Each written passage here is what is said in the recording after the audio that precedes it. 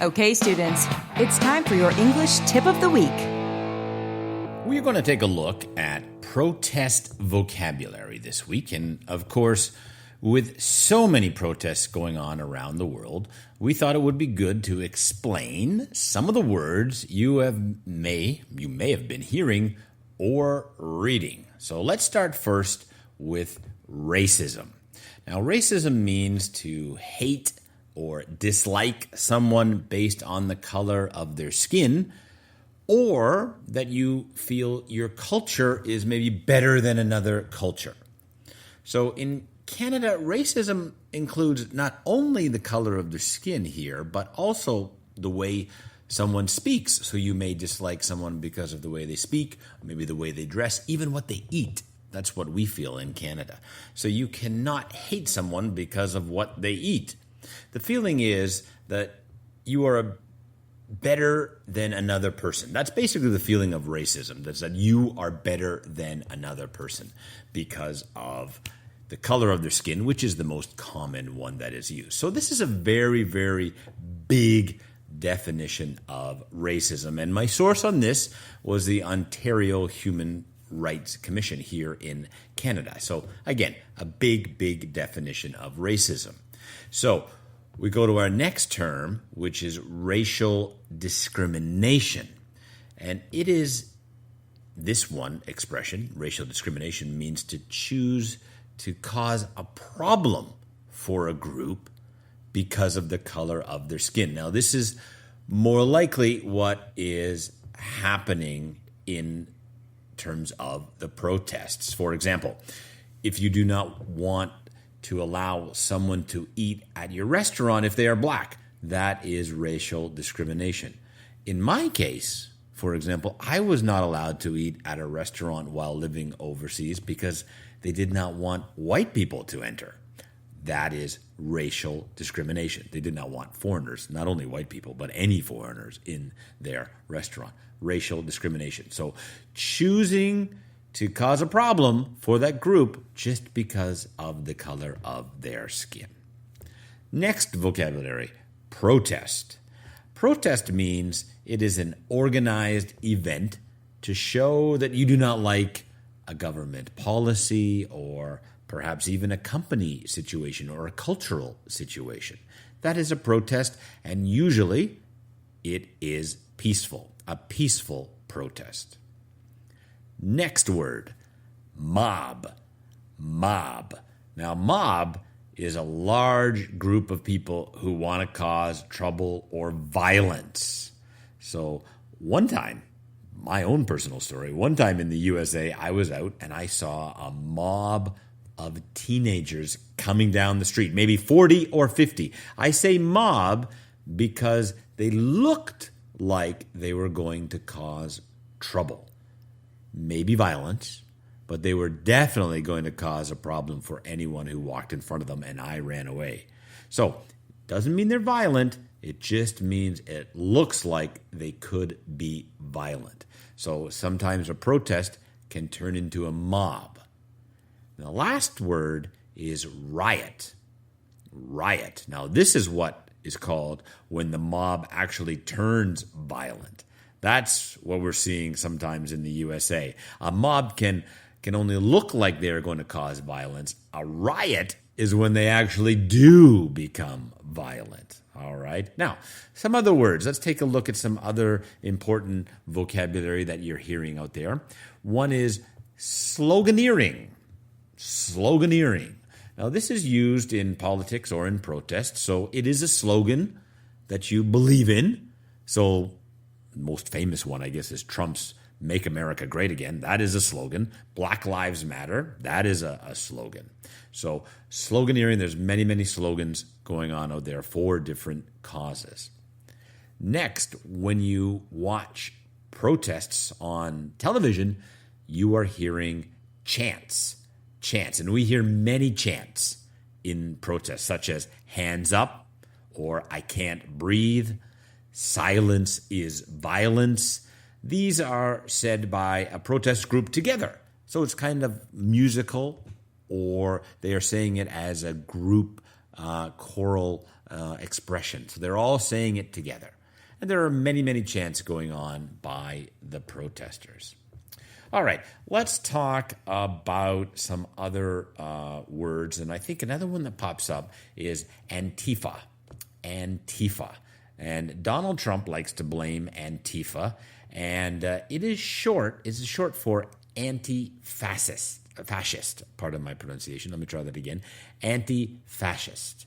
All right. So Antifa is not an organization, but it is a kind of group or a network, perhaps using social media, of individuals who believe in active and aggressive, sometimes violent opposition to far right-wing politics. So their thinking is that the Nazi Party from Germany and Hitler and all that, they would have never been able to come to power in Germany if people had been violent and aggressive and fought them and in the streets in the 1920s and 30s. So that's kind of their thinking. So most Antifa come from that movement, and they're usually far left, and they fight far right ideas, and it's usually quite violent. All right, so there is this group out there that may be trying to start those riots to fight the far right, and that's where the politics comes in, everybody. All right, now I do want to talk about a term that is also becoming quite popular here in Canada, and that is systemic racism. Systemic racism. Now, this is being used a lot by politicians. And what is systemic racism? Well, this is where the political or the economics or the cultural system hurts minority groups. It makes it very difficult for minority groups to be successful. Sometimes not even possible. And here are some examples of systemic racism. So you may hear these, but I just want to give you an idea of some examples of systemic racism. Redlining. Now, this is where minority people in certain areas cannot get a loan. So when you are starting out in life, you want to buy a house, for example. So you go to the bank, you say, this is how much money I make, and the bank says, okay, I will give you a loan for this amount of money.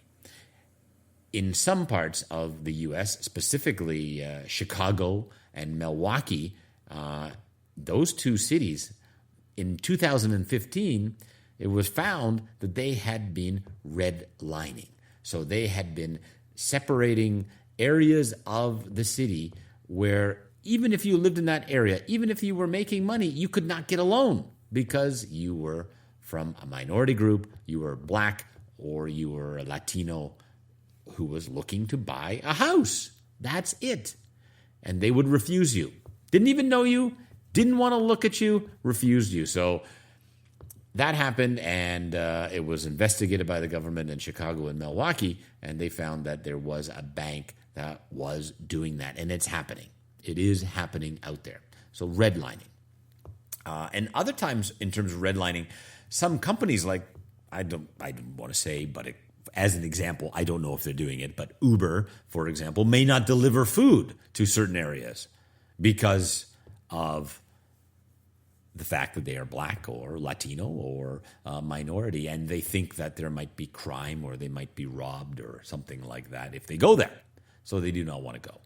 So that is called redlining. Now, another term is liquor lining. Liquor, like alcohol. Yeah. So it is quite interesting in the United States that in low-income or minority areas, you can find many, many, many liquor stores. Yeah, more than anything else, more than hospitals, more than grocery stores, more than supermarkets. You can find liquor stores and alcohol everywhere. Very easy to buy. Okay, so why is that?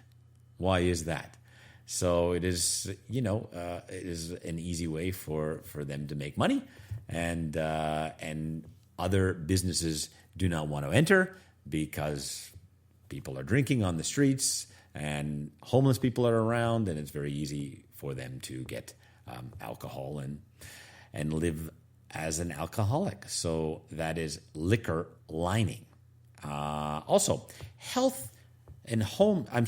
insurance companies. Here's a good one. Home insurance agencies, just if you call and say, hey, my name's James and I want to get some insurance for my house. How much do I pay? They will look at you and they will make, by the sound of your voice, if you sound Latino or you sound black, they're going to give you a higher price.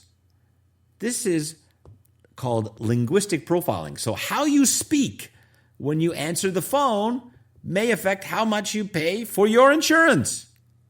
This is all part of systemic racism. And this is I'm just giving you a few. I mean, there's more. There's so many out there. Another one is environmental racism. And this is something that we're trying to fight here in Canada, in that in the poorer areas, the lower income areas of Toronto, there are not so many parks. It is hard for kids to find a place to play basketball or to go skateboarding, and they can't do things like exercise and play and have fun like other kids in more wealthy areas have. So this is called environmental racism. Why doesn't the government put a park where kids can play, maybe play some baseball, play some soccer, play some basketball, have a skateboard park, have some fun, and release their stress and steam and energy. Okay, so all of these are just a few ways that systemic racism exists in a culture, and I have traveled to close to 20 countries around the world, and I can say that systemic racism is in every country, including my own here in Canada. And it is a challenge to get rid of systemic racism. And it is going to be a generational challenge. So generation means that each generation needs to improve it a little bit, knock it down the wall a little more. And that's what we're seeing out there. I'm happy with what our generation has done, but we did not get rid of it. Okay, we did not get rid of systemic racism. Did we improve it? Yeah, we got better, but it's not perfect. Clearly, it's not done yet, and there is more work to do. So younger people out there starting out in life, it's your turn.